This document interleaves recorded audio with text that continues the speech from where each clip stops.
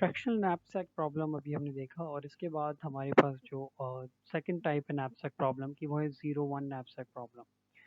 Zero one knapsack problem में भी उसी तरह हमारे पास कुछ प्रॉफिट्स होंगे, कुछ वेट होंगे, जो डिफरेंट वेट के ऊपर डिफरेंट प्रॉफिट्स होंगे। लेकिन अभी इस वक्त जो मेरे पास आइटम्स हैं वो है 1 2 3 4 एंड 5 5 यूनिट्स हैं।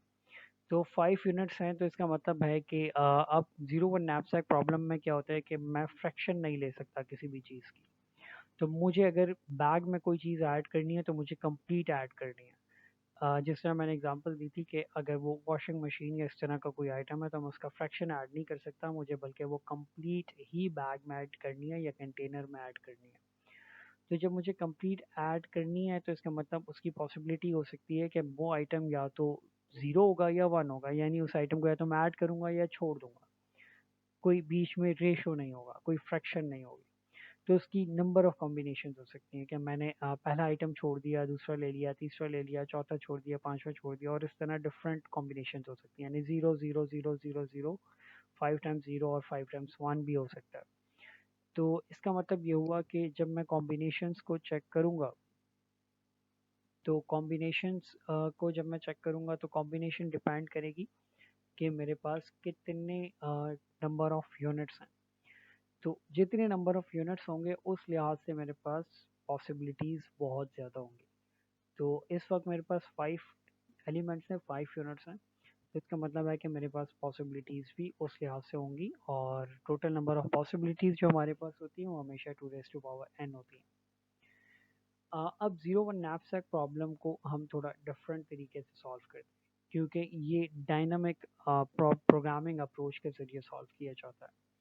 और उसे हम कैसे सॉल्व करते हैं कि ये हमारे पास प्रॉब्लम था जिसमें डिफरेंट प्रॉफिट्स हैं, डिफरेंट वेट्स हैं।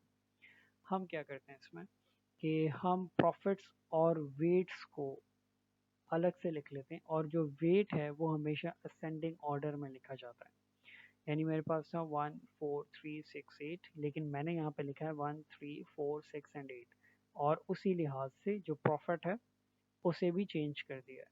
यानी जो 3 वेट का प्रॉफिट है वो उसी लिहाज से ऐड हो गया। दोबारा रिपीट कर रहा हूँ, वेट को हमेशा असेंडिंग ऑर्डर में लिखना है, चाहे न्यूमेरिकल में एग्जांपल में आपको कुछ भी गिवन हो, लेकिन जब हम सॉल्व करने लगेंगे हमने हमेशा वेट को असेंडिंग ऑर्डर में लिखना है, और उनके रिस्पेक्टिव जो भी प्रॉफिट हैं उन्हें उनके सामने लिखना है। इसके बाद होता क्या है, एक आई वेरिएबल को हम इंट्रोड्यूस करते हैं, और उससे जो है हम नंबर ऑफ रोज फिल करते हैं, और वेट जो है वो नंबर ऑफ कॉलम्स फिल करते हैं। यहाँ मैंने लिया है कि फॉर एग्जांपल मेरे पास जो मैक्सिमम कैपेसिटी बैग की है वो 10 है।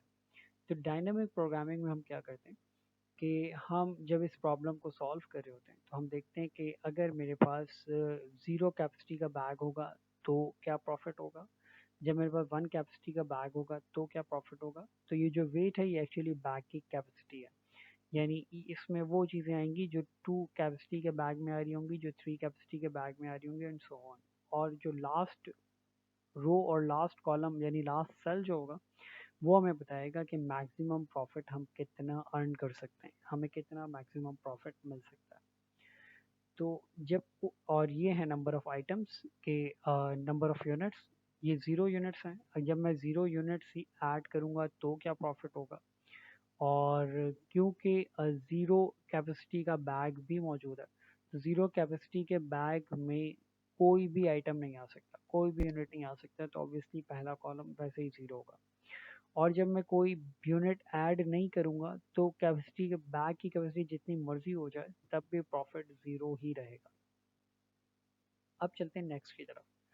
अगर मेरे पास 1 कैपेसिटी का बैग है तो क्या मैं मेरे पास अभी जो नंबर ऑफ आइटम्स है, नंबर ऑफ यूनिट है, वो सिर्फ पहला है।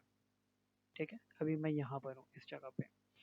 तो अब जब मैं वन मेरे पास 1 कैपेसिटी का बैग है जिसमें 1 kg आ सकता है, तो क्या मैं ये यूनिट ऐड कर सकता हूँ? बिल्कुल ऐड कर सकता हूँ, क्योंकि इसका वेट 1 है। तो मेरे पास जो टोटल प्रॉफिट आएगा वो कितना आएगा, 4 आएगा। अब मेरे पास क्योंकि यूनिट सिर्फ एक ही है, तो जब वो 1 kg के बैग में आ सकता है तो इसका मतलब वो 2 kg में भी आ सकता है, वो 3 में भी आ सकता है, 4 में भी आ सकता है। मेरे पास 5 kg का बैग होगा तब भी मैं इसको ऐड कर सकता हूँ, 6 7 8 9 एंड 10। तो ये तो बहुत सिंपल था। अब जब मेरे पास 2 यूनिट हो गया, मैं यहाँ पे पहुँच गया सेकेंड रो पे, थर्ड रो पे। तो अब जब मेरे पास 2 यूनिट हो गए 1 और 3, अब मेरे पास बैग है 1 कैपेसिटी का, 1 kg कैपेसिटी का बैग है। तो क्या मैं इसे ऐड कर सकता हूँ? बिल्कुल नहीं कर सकता, क्योंकि इसका वेट 3 kg है। तो मेरे पास दो चॉइसेस हैं, या तो मैं ये ऐड कर सकता हूँ या ये ऐड कर सकता हूँ। तो इसका मतलब है कि ये जो है ये ऐड हो सकता है, तो मेरे पास इस वक्त भी प्रॉफिट होगा 4।